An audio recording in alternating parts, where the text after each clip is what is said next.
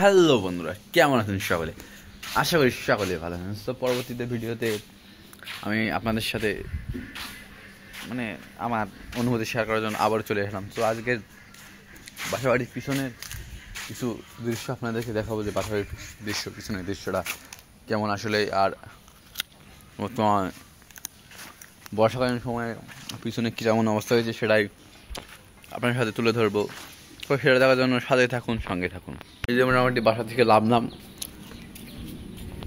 পেছনে যাচ্ছি মোটামুটি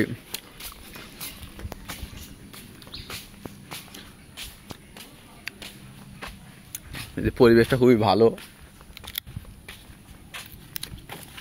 গ্রামীণ পরিবেশ, মুক্ত বাতাস, কিছু গরু বান্ধব আছে, গরু দেখেন সবাই।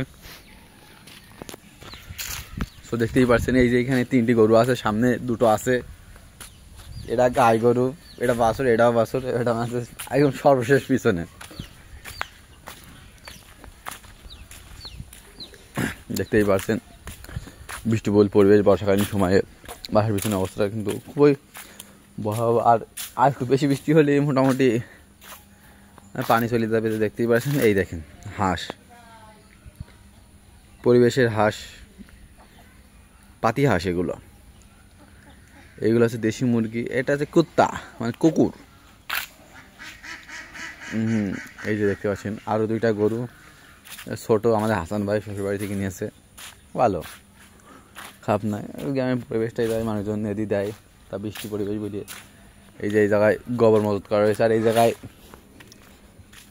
এটা সরকারি পানির প্রকল্প, পানি উন্নয়নের পক্ষ থেকে আর্সেনিক মুক্ত পানি খাওয়ার জন্য এলাকার মানুষদের জন্য দেখতে পাচ্ছি একটা স্থাপনা করা হয়েছিল। সেই স্থাপনাটা কেন এখনো এইভাবে পড়ে আছে বুঝলাম না, দেখি নষ্ট হয়ে আছে না ভালো আছে।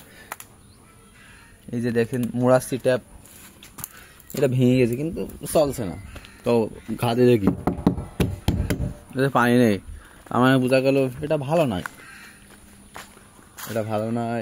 খারাপ। আর এইটা হচ্ছে বিচুলি, গ্রাম্য ভাষায় আমাদের যশোর এলাকায় এগুলো বলা হয় বিচুলি, মানে একটা খড়, গরুর খাওয়ার খড়, এগুলো কিন্তু গরু ছাগল এরা খেয়ে থাকে। সো বন্ধুরা, আজ আর নয়, আজ এখানে সমাপ্ত করছি। সব ভালো থাকবেন, সুস্থ থাকবেন, এবং আমাদের ভিডিওটা যদি ভালো লাগে, আমাদের শর্ট ভিডিওটা আপনাদের জন্য বিনোদনের জন্য বানায়, আর লং ভিডিওটা আপনাদের সাথে পরিচিত হওয়ার জন্য বানায়। সো আমাদের পরিচিতি বাড়াতে অবশ্যই একটা করে লাইক, সাবস্ক্রাইব করে এবং একটা করে কমেন্ট করে দেবেন, ভালোবাসা দেখে যাবেন।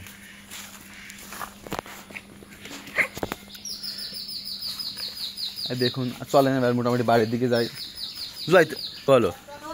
সো মোটামুটি দেখুন,